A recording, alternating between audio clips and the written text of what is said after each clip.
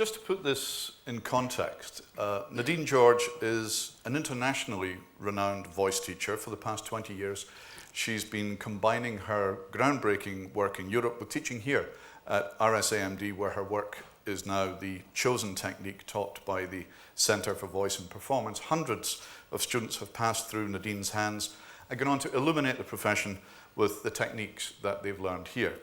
And what we're going to see today is a demonstration of how this revolutionary technique can galvanize and empower actors to sustain quite remarkable performances.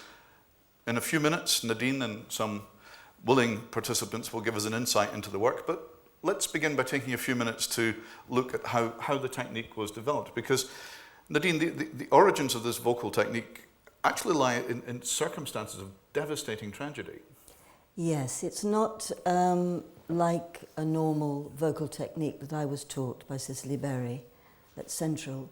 The work comes from the carnage of the First World War, from a young soldier who was 18 years old, who was a German Jew called Alfred Wolfson. And he was fighting in the trenches in the war, and he was being pulled out of the mud in the trenches, thought he was going to die, pulled himself to life, and heard the screams of the dying soldiers. And he knew if he went to these soldiers, he would die himself.